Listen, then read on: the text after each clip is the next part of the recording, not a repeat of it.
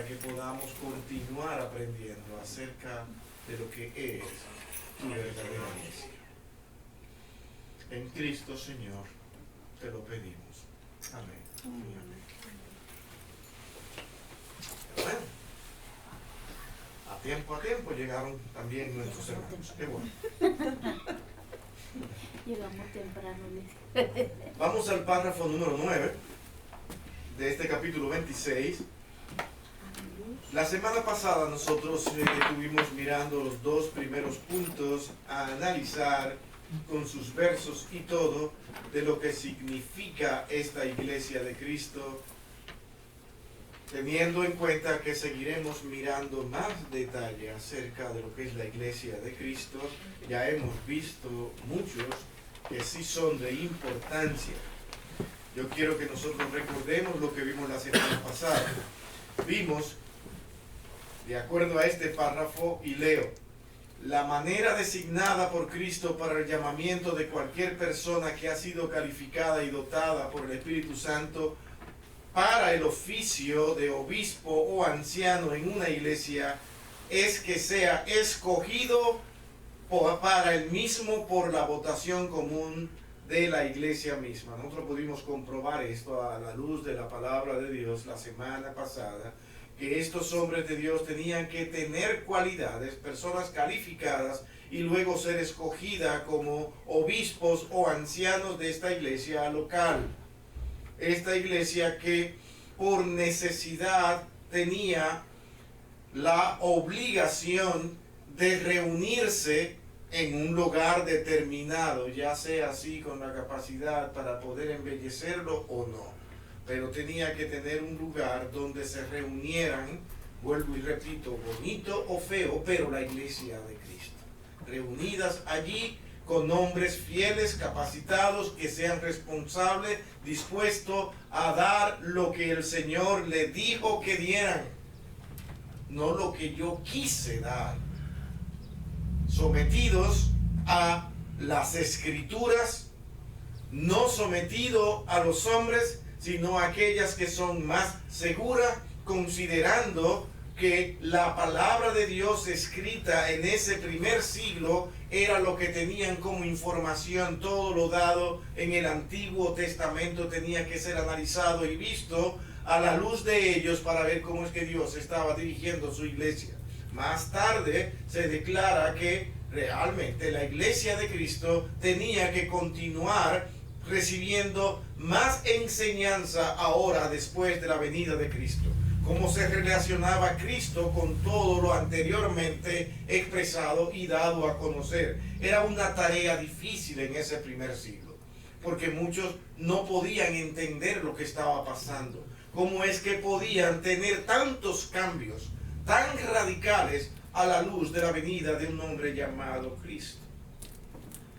Hoy nosotros podemos entender algunas cosas debido al transcurso de los tiempos y el caminar de la iglesia de Cristo, mirando a Cristo, valga la redundancia.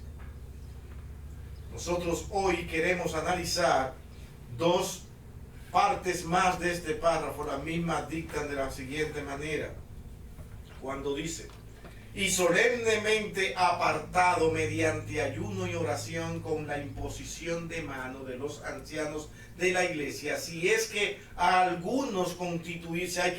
algunos constituidos anteriormente en ella. Concentrémonos en esa parte.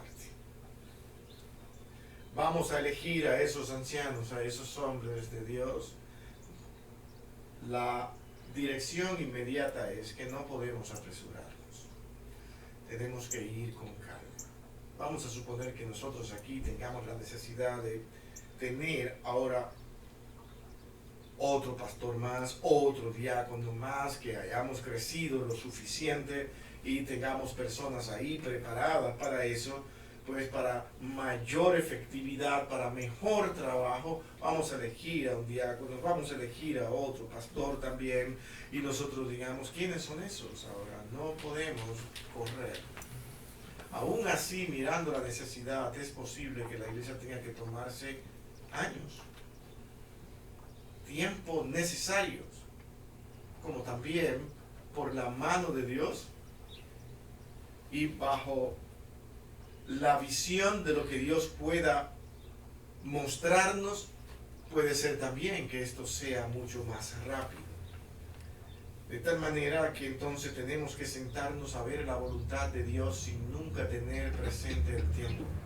Lo que más daño se hace cuando se va a elegir es cuando tenemos presente el tiempo. Tiene que ser ya. Necesitamos hacerlo para que no actuemos como el pueblo de Israel, que por parecerse a las demás naciones eligieron un rey que no les hacía falta, pero ellos querían tener un rey, tenía que ser ya. Dios le demuestra que están cometiendo un error y le da su primer rey. Luego Dios elige a David, y este es el rey elegido por Dios, tomado como ejemplo en la casa de Israel.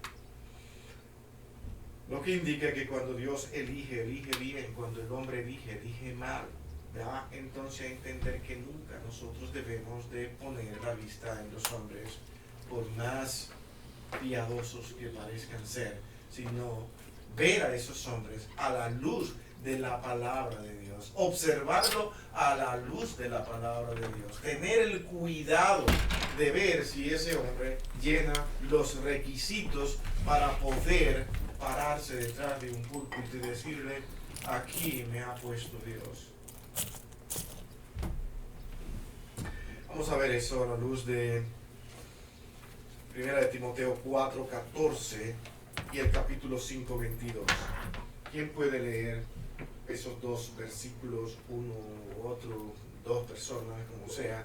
1 de Timoteo 4:14, ¿quién lo tiene? Y otro 5:22. ¿Quién lo tiene? No descuides el don que hay en ti, que te fue dado mediante profecía, con la imposición de las manos del presbiterio. Inmediatamente nosotros vemos que la iglesia de Cristo tenía un orden. El orden siempre ha existido en la mente de Dios. Y su iglesia debe también apropiarse de ese orden. Estamos trabajando con personas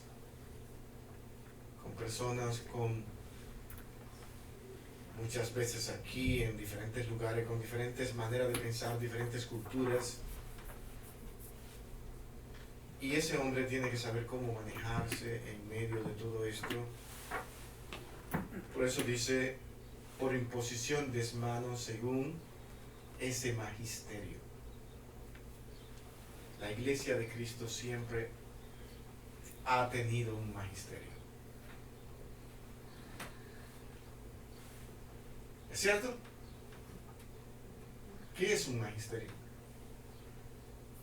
Pregunto yo.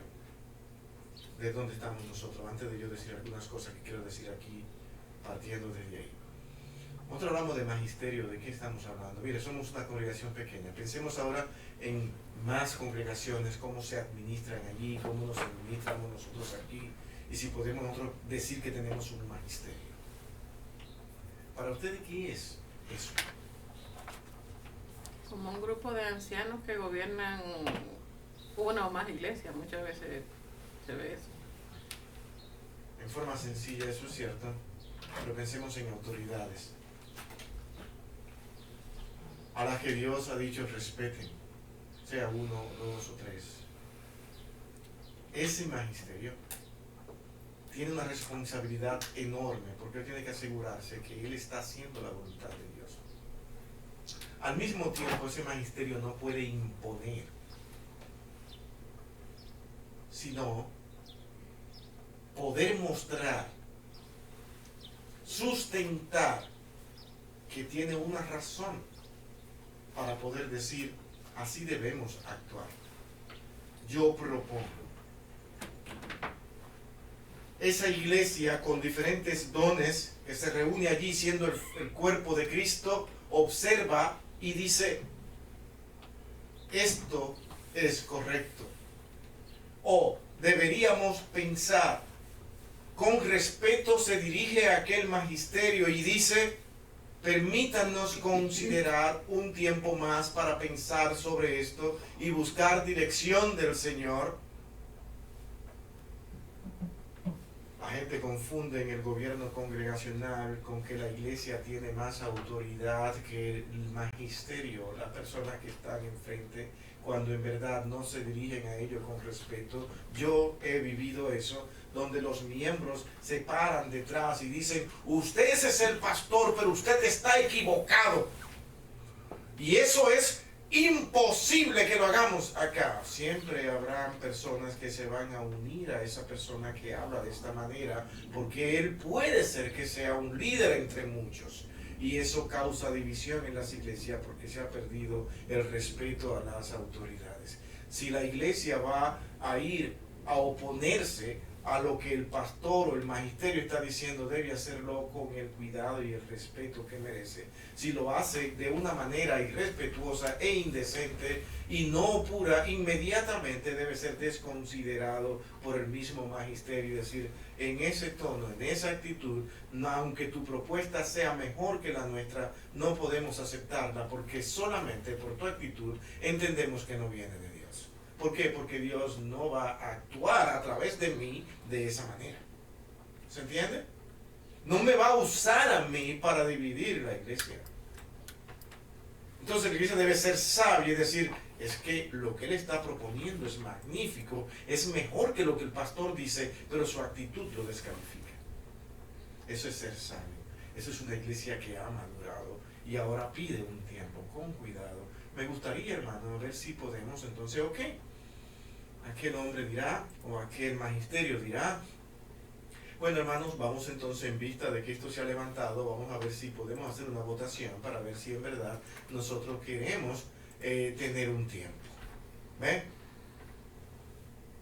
Una iglesia que ha aprendido a actuar de esa manera está mirando a Cristo antes que nada. No está diciendo que ese magisterio va a imponer. Hay congregaciones que para poder ejercer autoridad se someten a otros tipos de gobiernos eclesiásticos para ellos poder tener la autoridad de decir, aquí se respeta el magisterio o no pueden estar aquí con nosotros.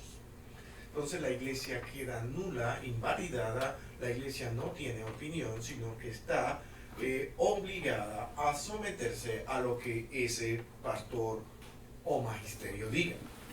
¿A dónde voy con esto? Eso lo hemos aprendido. Lo hemos aprendido a través del tiempo cuando por poder político, cuando por poder y capacidad que la iglesia ha tenido, ha impuesto sus criterios y lo que han creído y los han convertido en dogma, donde la iglesia no puede oponerse porque ahora ellos dicen que no, que la iglesia es sabia. Pero ¿cuál iglesia? La iglesia para ellos es el magisterio. No toda la iglesia. ¿Sí ve? Porque cuando vienes a la escritura te das cuenta que la iglesia tiene un poder, pero es un poder de atar y desatar. La iglesia en conjunto, donde esa iglesia debe mirar a Cristo como su cabeza para guiarse y conducirse sanamente allí con un magisterio sano, con una iglesia que sabe pensar, que es prudente, que es cuidadosa, que es respetuosa y que ahora quiere ejercitar sus dones en la medida que Dios le ha permitido tenerlo para edificar a la misma iglesia. En otras palabras y de manera más clara, somos un conjunto de personas reunidas en un lugar donde hemos sido llamados a edificarnos unos a otros en el nombre de Cristo, porque Él es la cabeza, donde nosotros decimos, tenemos dones. Y los que están en el magisterio son dones en acción. Y esos dones tenemos que respetarlo, como también el magisterio tiene que respetar cada uno de los dones que están ahí sentados, repartidos entre todos ustedes. ¿Hasta aquí se entiende lo que estamos diciendo?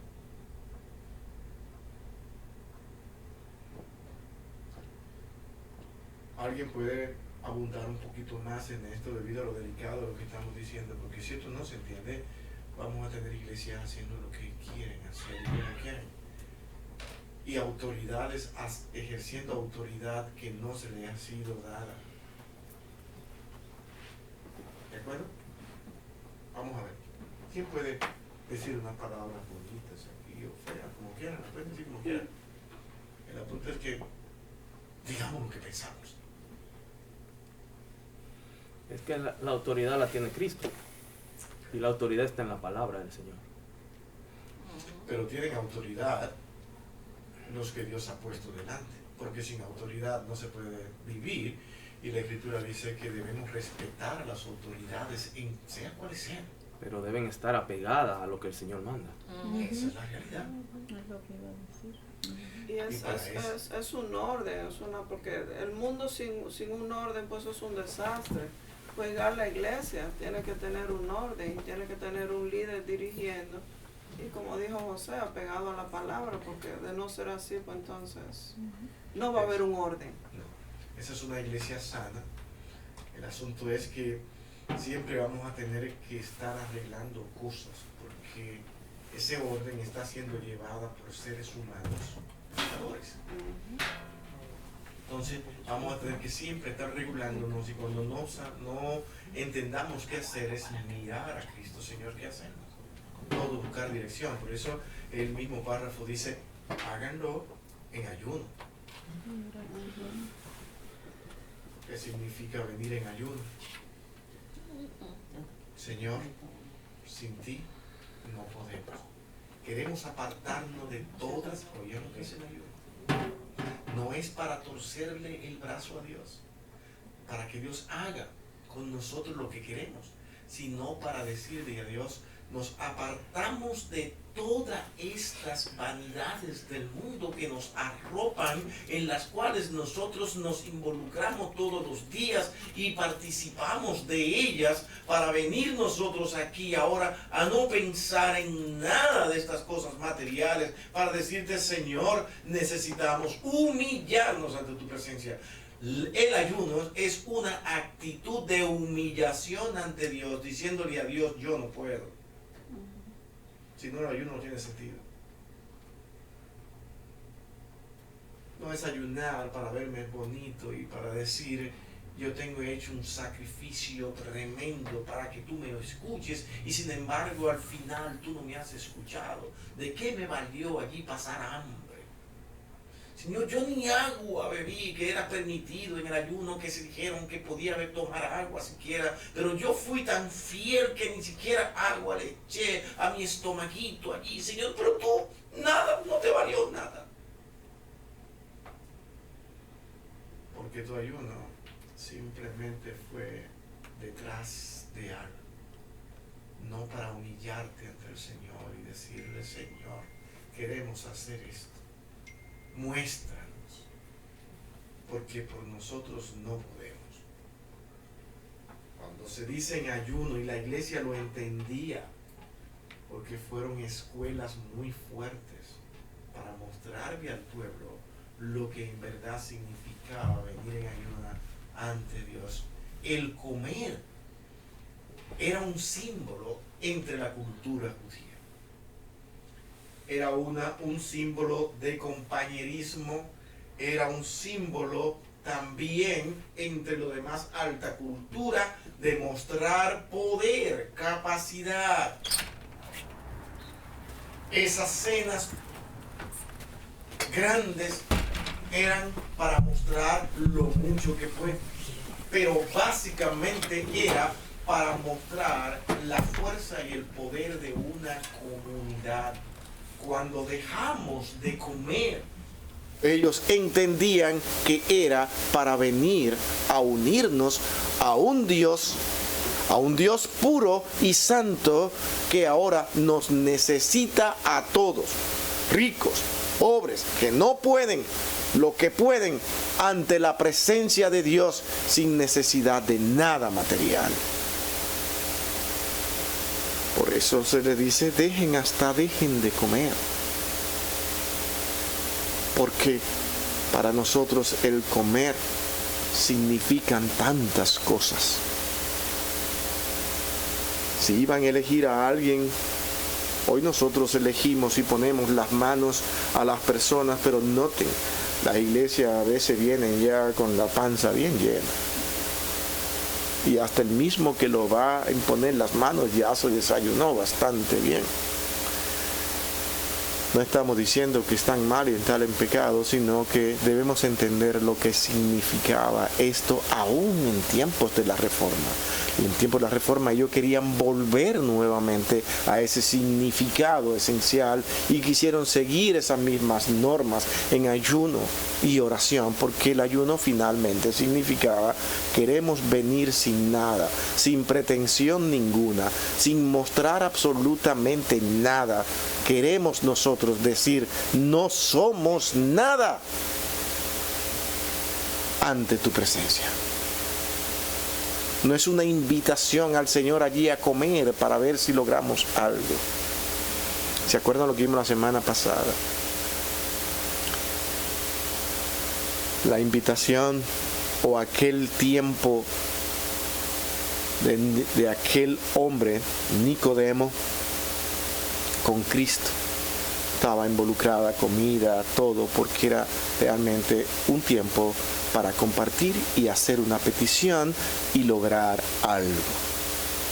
El comer era muy simbólico para entonces invitar a alguien, compartir y decir: bueno, ahora sí, ¿por qué me invitaste a comer?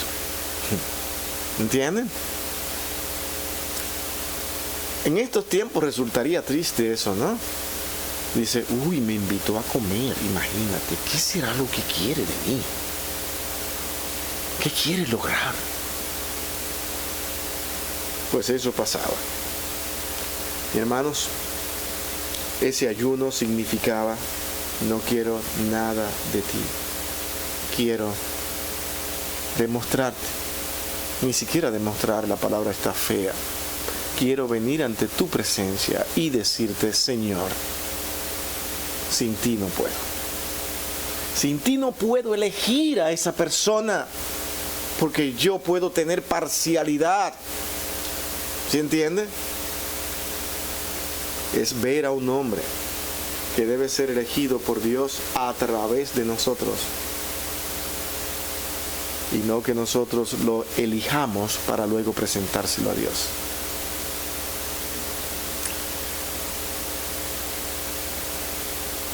Entonces, el magisterio debe ser cuidado, respetado, pero entendiendo que ese mismo magisterio forma parte del pueblo.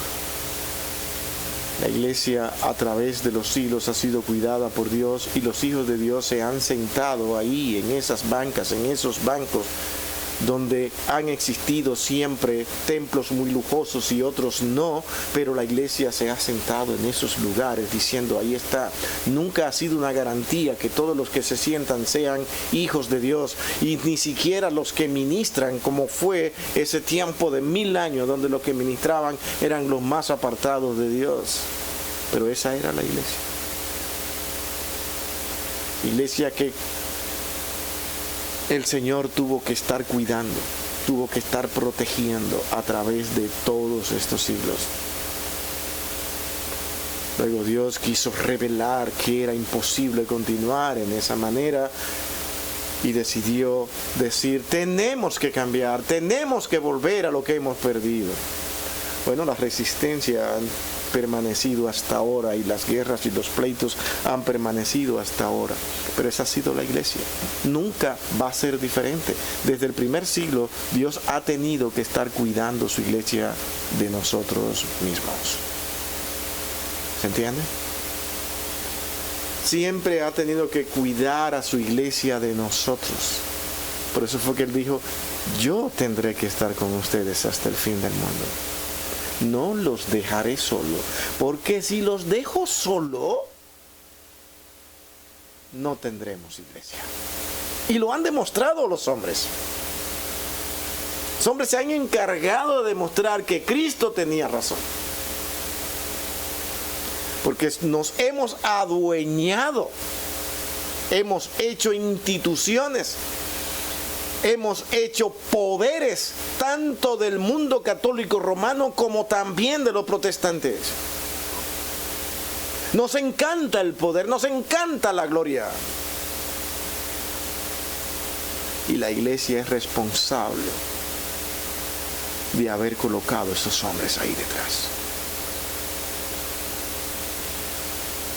Claro, durante 1000 años la iglesia no tenía nada que ver, porque ellos se imponían por sí mismos, por su propio magisterio, porque el magisterio era lo más importante. Y el magisterio era la autoridad, con Pedro a la cabeza. Toman a Pedro, lo arrastran, lo ponen en el lugar que quieren y dicen: tú serás nuestro líder. Y vamos a traer una cantidad de sucesores, cantidades de Pedros, donde muchos no se han parecido a Pedro, pero en lo absolutamente en nada. Pero somos Pedro. Y ese es el sucesor. Pero por autoridad y por fuerza, es que todos somos pecadores y no son sanos ningunos. Nadie ha podido decir que no falla, que no peca. El Espíritu de Dios no va a trabajar con una persona que sea corrupto, perverso y dado a la maldad. La iglesia es responsable de ver quiénes son esos hombres, y cuando tú le quitas ese poder lo anula. De tal manera que las iglesias más poderosas tienden a hacer ¿qué cosa? A no pensar en los miembros, sino en el cuerpo de ancianos y de ministros. Ya no le interesan los feligreses. Las grandes ventajas que tienen las iglesias pequeñas es que pueden compartir con sus hermanos en Cristo. Las iglesias crecen y ya se concentran básicamente en los pastores, en los ministros, y no les importa los que están sentados ahí todos los domingos o los días de semana que decidan elegirse. Porque estamos tan institucionalizados que creemos que la institución es el valor de nuestra fe. Es lo más valioso. Sí.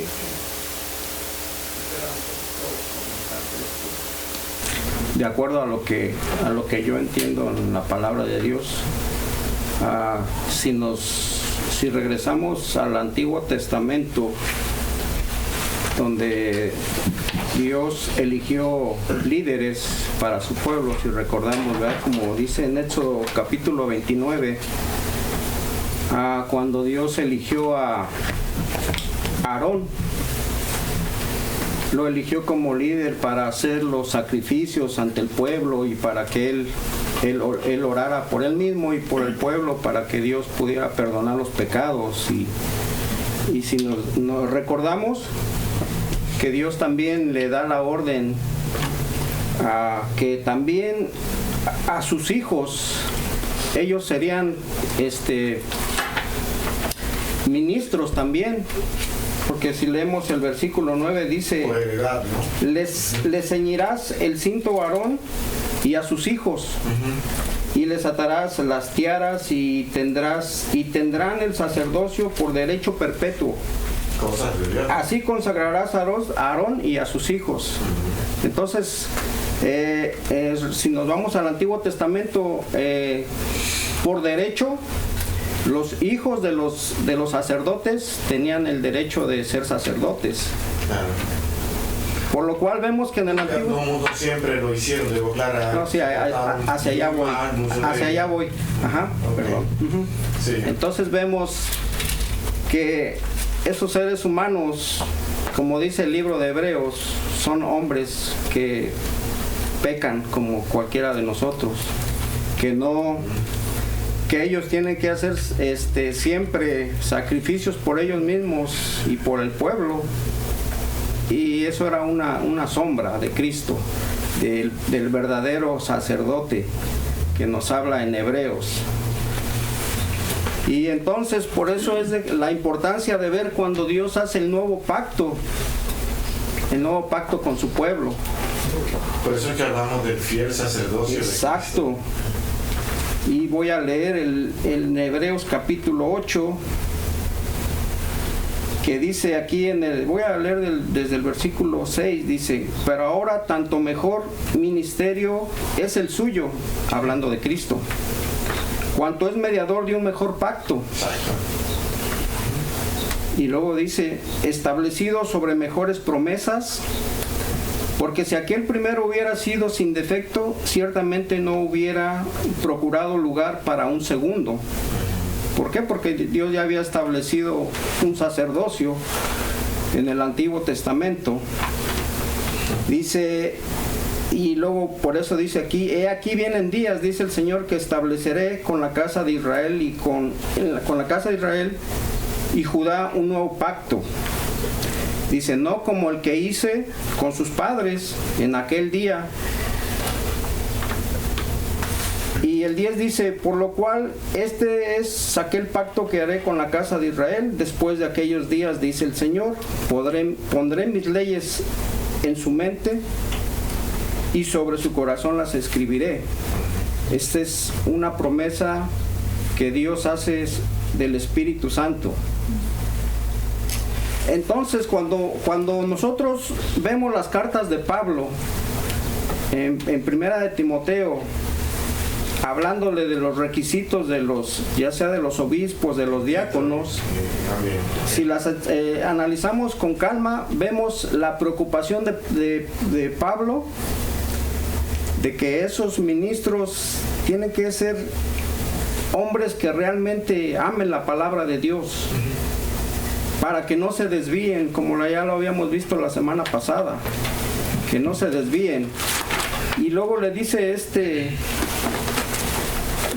en Primera de Timoteo, Pablo en su carta, capítulo 6, dice: si enseñas a los hermanos, serás buen ministro de Jesucristo, nutrido con las palabras de la fe y de la buena doctrina que has seguido. Entonces, vemos aquí que si Dios elige, porque dice la palabra de Dios que Dios conoce los que son suyos. Y Pablo mismo dice: no impongáis con ligereza las manos.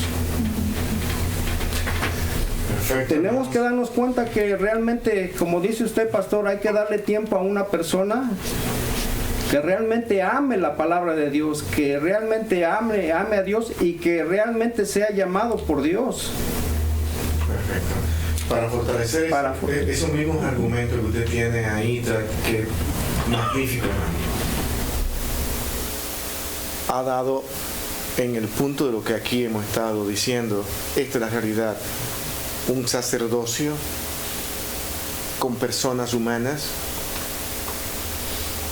inclinadas al pecado, con fallos, con errores. Lo que yo quiero aquí decir es que no podemos nosotros decir porque somos pecadores, nosotros podemos justificar las malas acciones de los ministros, ni de los que dicen ser ministros de Cristo. Porque si somos pecadores, no somos inclinados al pecado, ni amamos al pecado, y eso se debe ver en un hijo de Dios. Si no fuera así, no se hablara ni en Tito ni en Timoteo sobre cualidades que deben de tener los ministros, porque Dios no está llamando a una persona para solamente darle momentos de pureza y de santidad, sino para que su vida entera refleje que Cristo vive en ellos. Una cosa es que tengan fallas y errores y cometan y que puedan pecar y que nosotros tengamos que perdonarlo e incluso, si es posible, llevarlo a disciplina. A otra cosa es que ellos sean libremente aceptados, porque todos somos pecadores y cualquiera falla. No, eso viene como doctrina directamente del infierno. ¿Se entiende? Pero eso se está apoyando hoy en día. Están justificando todos sus ministros, todo lo que han pasado. Todos somos pecadores. Además, tú puedes tirar la primera piedra y decimos cosas tontas como esas para justificar a un hombre pecador que es un impío, y tenemos impío detrás de un púlpito y lo justificamos. mire que es importante porque a veces pensamos, ay, eso, bueno, me tocó alguien muy cercano a mí que me dijo exactamente ese mismo argumento. Ay, pero es que cuando mencioné algo que yo consideré que estaba mal, ella me dijo, no, pero es que para eso necesitamos de Dios, porque todos somos pecadores. Le digo, pero no como dice para que nos demos rienda suelta a pecar. Es como tenemos a Dios que nos perdona y Él hizo su sacrificio, pero no por eso es como, ay, pues a pecar se ha dicho. Si tú sabes que si eres realmente creedora del Señor, de que Él vino a salvarte, entonces ¿dónde está tu responsabilidad o tu amor a ese sacrificio que Él hizo? Tú tienes que humillarte y tratar de no pecar, no recuerdo la palabra o el versículo que dice no a pecar se ha dicho. Pablo dice algo así, que no porque el espíritu, para que el espíritu abunde. Hay que pecar para que el espíritu para que la gracia abunde. Exacto, es como, pero sí es un... Él dice, te responde de ninguna manera, ustedes están equivocados, ¿no? Exacto, pero es como un argumento que mucha gente está a lo mejor enseñando y mucha gente está como, ay, pues como que nos cae bien, como que, ok, me gusta eso porque así no tengo que limitarme en mis acciones. Qué bueno. ¿Ve cómo sí estamos entendiendo, hermanos? Y se van a encontrar con todo eso allá afuera, porque a las personas les encanta vivir bajo el dominio de una institución. Y si mi institución dice esa, yo la apoyo, diga lo que haga. Somos políticos. ¿Ustedes no han visto que los candidatos políticos son apoyados por su feligresía, hagan lo que hagan? Yo le llamo feligresía a todos los que son fanáticos de los políticos, porque lo siguen como si fueran dogmas a seguir. No importa lo que hagan, eso lo dijo mi partido. No. También vemos, pastor, en las iglesias, no sé si han visto que también en las iglesias muchas veces los hijos de los pastores los ponen a predicar sin tener realmente el conocimiento que debe ser, y eso...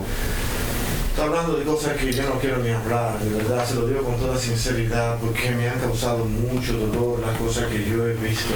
O sea, no está mal que un hijo de un pastor también sea pastor, pero siempre y cuando... Son los herederos. Y lo forman para ser herederos. Pero hay que ver las intenciones de su corazón, ¿no? Es terrible. Incluso adquieren poder, todas esas cosas tan horribles, ¿no? El siguiente verso que teníamos, ¿alguien puede leernos? 5:22. No impongas de ligero las manos a ninguno, ni comuniques en pecados ajenos.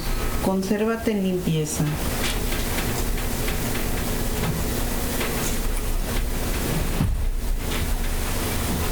Primera Timoteo 5:22. Sí, ese mismo. Perfecto. ¿Cuál es la recomendación? A usted y a mí. No imponga las manos con ligereza, cuidado. Que esto apoya todo lo que nosotros estamos diciendo acá. Precisamente por eso, porque estamos nosotros envueltos en un mundo donde los hombres son cautivados por la mente pecaminosa, pero hay otros que su vida es vivir para el pecado. Una cosa es ser pecador y otra cosa es practicar el pecado, como dice Juan en su primera carta. Juan se atreve a decir que es el Hijo de Dios, no peca, o sea, su mente no está ahí. No está en decir, yo soy uno más entre todas las masas de este mundo. Todos somos pecadores. Así que si ven algunas cositas ahí en mí, perdónenmela porque ustedes son buenas personas y además ustedes están en la misma carreta juntamente conmigo. O sea, justificamos un sinnúmero de cosas para yo continuar pecando. No imponga tus manos con ligereza sobre aquellos que aman el pecado y aman el pecar y que no les importa pecar. Y que justifican sus pecados, porque el Hijo de Dios vive como si nunca fuera a pecar. ¿Usted sabía eso? El Hijo de Dios dice, no voy a pecar. Y cuando falla, se da cuenta que necesita de Cristo, entonces viene a Él y pone sus ojos en Jesús. No confíe en ti mismo. Por eso es que hasta para elegir a alguien que va a pararse ahí detrás, tenemos que venir en humillación ante los ojos de Dios, porque yo mismo puedo cometer errores por mi inclinación a mis debilidades de favoritismo, de qué bien se ve, que cuánto carisma tiene, este sí es que va a ser bueno, pero es que es el que Dios no quiere. Acuérdense que cuando Samuel fue buscando un rey para Israel, él vio, lo primero que vio, dice, ya lo vi. Desde que llegó, apareció aquel machote allí fuerte, grandote, dice, pero ya Señor, ya yo lo vi, me iluminaste. Y él dice, te equivocaste, ese no es. No hay alguien más, le traen otro, dice, ese sí, este sí, ve, porque wow, que todos se parecen, no, mira, son tremendos, bien altos, bien bonitos. Saúl le va a quedar pequeño a este. Dice, ya. No, ese no es. No quedaba nadie. Dice, no hay nadie más. ¿Cómo que no hay nadie? Sí, bueno, hay uno ahí, pero está él ahí atendiendo las ovejas, ese sí. Bueno, yo quiero ver ese. Aquí viene aquel rubito chiquito, todo desordenado y con una onda por aquí enganchada y con un macuto aquí adelante, cansado de trabajar y con las ovejas, y dice, ay, no, bueno, señor, ¿y dónde está? ¿Y dónde quién es? Dice, ese que viene caminando allá, ese es. ¿Qué? No es lo que nosotros vemos, sino lo que Dios ve. ¿Se entiende? Porque Dios mira el corazón. Dios lo prepara, no por la vista del hombre, sino por la de Dios. Entonces somos llamados a tener cuidado y decir, Señor, ¿cuál tú quieres? ¿Cuál tú quieres? Nuestro párrafo nos sigue diciendo, y para el oficio de diácono, al ser elegido, que sea escogido por la misma votación, de la misma manera, y apartado mediante oración y la misma imposición de mano. Lo mismo, o sea, es un hombre que va a estar ahí, no hay rangos menores. Por eso se les requirieron los mismos. Dice, bueno, ya para con el anciano, ese sí, pero el diácono ya esa es otra cosa. Ahí ni siquiera le pongan la mano, dice, ya está bien, vamos a ver si funcionas. Y te colocamos ahí. Eso no es lo que dice. Con las mismas rigidez, la misma pureza, porque es un hombre que va a servir al Señor y ejercitar sus dones en esa posición. Tan pronto la iglesia lo elija, aquel diácono va a tener que ser visto con la misma autoridad que el pastor que eligieron. ¿Cómo funciona nuestra mente? No, pero es que él es el diácono. El pastor es aquel, ese es el pastor, pero él es el diácono. No, él es el diácono. ¿Se entiende? Cuidado con eso. Acá. Creo que, ¿quién era? Nomás quiero leer un versículo rápido. En 1 Samuel 16:7 dice, pero el Señor le dijo a Samuel, no mires a su apariencia, ni a lo alto de su estatura, porque lo que he desechado, pues Dios no ve como el hombre ve, pues el hombre mira la apariencia exterior, pero el Señor mira el corazón. Eso es lo que Dios hace. Sí. ¿Alguien más quiere abundar en estas partes tan gloriosas y bonitas? Ya que estamos hablando tanto de Samuel, fue el que el Señor usó para ir a buscar a Saúl. Él se encariñó tanto con Saúl que aún cuando él supo que había muerto, él cayó en una depresión, en una lloradera, hasta que el Señor tuvo que decirle, ¿hasta cuándo tú vas a llorar a Saúl? O sea, él estaba atado a esta persona, aún sabiendo que Dios ya había elegido a David. O sea, él será su favorito. Tremendo. Hechos 6, 1 al 7, ¿quién quiere leer los últimos versos? Y con esto, y como dicen, vamos a terminar temprano hoy, vamos a comer temprano hoy. Wow, tremendo. Vamos a orar por los alimentos, todo eso. Tremendo. No han llegado, creo, los alimentos. Yo creo que no han llegado los alimentos. No, está complicado eso. Yo no sé si eso se arregló o no sé qué es lo que pasó, ¿no? Está resuelto. O sea, vamos a comer, ¿sí? Ay, bueno, está bien entonces. ¿Sí? Sí, porque a quien le tocaba no pudo venir hoy. En aquellos días, como creciera el número de los discípulos, hubo murmuraciones de los griegos contra los hebreos de que las viudas de aquellos eran desatendidas en la distribución diaria. Entonces los 12 convocaron a la multitud de los discípulos y dijeron: no es justo que nosotros dejemos la palabra de Dios para servir a las mesas. Buscad pues, hermanos, de entre vosotros a 7 varones de buen testimonio, llenos del Espíritu Santo y de sabiduría, a quienes encarguemos de este trabajo. Y nosotros persistimos en la oración y en el ministerio de la palabra. Agradó la propuesta a toda la multitud y eligieron a Esteban, varón lleno de fe y del Espíritu Santo, a Felipe, a Prócoro, a Nicor, a Timón, a Parmenas y a Nicolás, prosélito de Antioquía, a los cuales presentaron ante los apóstoles, quienes orando les impusieron las manos, y crecía la palabra del Señor, y el número de los discípulos se multiplicaba. Se multiplicaba grandemente en Jerusalén. También muchos de los sacerdotes obedecían a la fe. Tremendo lo que vemos aquí, cosa que no debemos de cuidar y observar en este pasaje que hemos leído. Estamos trabajando mucho nosotros acá, lo que estamos encargados de la enseñanza, y estamos mirando que hay necesidades que están siendo descuidadas porque nosotros mismos no podemos encargarnos de todo. Pues vamos a elegir a personas que sirvan. Esa es la palabra diácona, servidores. ¿Cómo la vemos nosotros hoy en día cuando decimos servidores? Señor, dame un don, pero no me dé de servicio, que eso no, nadie lo ve. Servir que parece no tan importante, cuando en verdad todos los dones creo que deben ir acompañados del don de servicio. Y esto, mi hermano, es una realidad. Yo creo que Dios te da un don y al mismo tiempo te da el de servicio. Eso soy yo aquí haciendo una herejía tremenda. Pero es que tan pronto tú tienes un don, ¿para qué es? Es para servir y ser de edificación a la iglesia. Si tú vas a hacer de edificación a la iglesia, ¿cómo lo vas a hacer? Sirviendo y humillándote ante tus hermanos. Tú no vas a venir a decir: aquí está mi don, mira el don que tengo. Yo no tengo eso de servicio, está loco. El don mío que yo tengo es el de enseñar. ¡Qué capacidad tengo! Por eso son mis cualidades de doctor.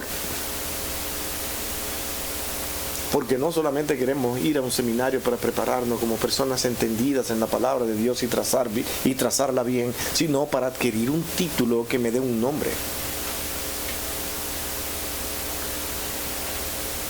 Y hacemos tanto énfasis en eso que da pena, da tristeza, de tal manera que cuando nosotros presentamos a alguien queremos presentarle como el doctor fulano de tal, porque yo me siento bien al presentar a esa persona, y así mismo lo honramos y le hacemos sentir lo bien que se ha portado en el ministerio de Cristo. Ha escrito tantos libros, ha sido una persona que ha dado tantas conferencias, ha sido una persona que incluso a pesar de todo lo que ha hecho también es pastor, y comenzamos por ahí, lo ponemos por allá arriba, y los hermanos dicen: wow, qué gran hombre de Dios, no como el que yo tengo allí, ese chichumarro que no va para ningún sitio. Así pensamos, ¿cree que no? Así somos nosotros. No se esconda, no se escape, que usted también lo hace, porque esa es la tendencia de nosotros cuando nos presentan de esa manera. Por eso los hombres entonces les animamos a que ellos quieran ir a un seminario y también adquirir un título. Nada de eso está mal. El problema es esa actitud que nos afecta y nos daña tanto, y que hace ver lo que es el ministerio de Cristo como inferior. Cuando aquellos hombres dijeron: por necesidad tenemos que elegir diáconos, dijeron: un momentito, de la misma manera que me eligieron a mí. ¿Sí ven? Porque estos van a estar ahí en autoridad. Nadie va a respetar a alguien que quiera dar una orden para ver qué se va a hacer en tal cosa, él con su don y su capacidad de oficio ahora para servir. Ahí viene este a mandar ahora. ¿Qué es lo que viene a decir ahora? Si no hay respeto, no lo van a hacer. Tiene que respetarlo igual que a cualquier otro, porque él está en una posición de servicio elegida y puesta por la misma iglesia. Vamos a elegirlo nosotros. Ah, sí, yo conozco uno que es muy bueno, este me encanta porque él siempre está dispuesto a servir. Ah, tráiganlo. Yo tengo otro. Ahí aparecieron todos. ¿Ya? ¿No podemos ir? No. Lo siento mucho, pero no. Vamos a hablar de las cualidades de estos hombres. Van a ver que son las mismas cualidades requeridas. ¿No lo dice Timoteo y Tito? La misma. Estos hombres que ustedes me han presentado, ¿están seguros que tienen estas cualidades? No, él es muy buen servidor, pero sáquelo, porque si es así, no, él no tiene buen testimonio, Él está dispuesto a servir, pero no, tiene cosas que yo soy vecino de él, yo lo conozco. No, este no va. ¿Ve? Había que presentarlo así. ¿Para qué me lo trae? No, porque él siempre está dispuesto a servir. Eso no es suficiente. Porque le vamos a imponer las manos encima, diciendo, este va a servir al Señor y ustedes lo van a respetar igual. Era la misma cosa. Todo el que sirve al Señor y dice quiero servir al Señor, debe dar testimonio y fruto de que ha conocido al Señor a la hora de ejercitar sus dones para el Señor. ¿Por qué? Porque la iglesia de Cristo no es un club, no es un lugar donde allí se exhiben personas, sino personas dispuestas a dejarse manejar por aquel que es la cabeza. Mi hermano, sáquense de su mente todo lo que han aprendido durante su niñez, de que en verdad las autoridades son dioses. Son hombres que tienen que cumplir con la voluntad de Dios, entendiendo que todos en conjunto somos servidores de Dios y donde nosotros debemos ver en primer lugar a Cristo como la cabeza, porque Dios no dejó a un hombre, Dios dejó a su Santo Espíritu. Pero tiene que haber una iglesia visible que sea la iglesia madre. ¿Cuál? Si todas han demostrado que no saben hacerlo. Búsqueme una iglesia que lo haya hecho perfectamente en todas. Siempre tienen que estar renovándose y cambiando cosas y diciendo a la iglesia, mis hermanos, en esto, en aquel tiempo fallamos y dijimos esto. Yo creo que en verdad lo que el Señor nos ha estado enseñando es esto. ¿Por qué? Porque el mismo Espíritu de Dios ha estado guiando su iglesia. Y es el Espíritu de Dios quien hace los cambios, no el hombre. Cuando el hombre hace los cambios, los hace mal. ¿Sabe para qué está la iglesia de Dios? Local, aquí, donde quiera que sea. ¿Para qué? Para guardar la palabra de Dios, no para dar verdades. Nosotros tenemos un poder muy especial para decir qué es lo que es verdad y lo que es mentira. Eso es mentira, porque no lo encuentras en la Escritura. La iglesia no está para traer verdades. La iglesia está para declarar las verdades de Dios, que es diferente. ¿Se entiende? De tal manera que usted con su Biblia en sus manos, igual como hicieron aquellos hombres que se fueron primeramente a analizar y ver con respeto lo que se estaba diciendo, con cuidado, pero verificarlo con cuáles escrituras, con las que tenían en sus manos, acerca de ver claramente si Dios les estaba diciendo eso que ellos están diciendo ahí delante. Una iglesia responsable que quiere permanecer en la pureza de la palabra de Dios. No pone su confianza en lo que los hombres quieren decir, en lo pomposo de una institución. No se deje impresionar cuando usted entre a un lugar que diga, pero esto no se parece a mi iglesia. Allí ve una cosa maravillosa, increíble. Wow, pero ¿por qué será que yo no vivo aquí? Si yo me mudara para esta ciudad, aquí asistiría, porque como que se parece a mí. Me encanta eso. Nos impresionamos por la belleza y espera más. Allí entran sus ministros, básicamente, fíjense, o vestido de negro y una cosita blanca aquí, y una cosa atractiva. Y nosotros, ¡wow! Y mi pastor, en nada, yo lo respeto, yo lo amo mucho, mi pastor, pero no, nada que ver. Nada que ver. Aquí sí está Dios. Y nos impresionamos por la apariencia. El Hijo de Dios no lo mueve eso. Por eso trabajan donde quiera. Por eso van donde quiera. Por eso se sientan donde quiera. Donde quiera que esté Cristo. No donde esté el hombre. Vamos a orar.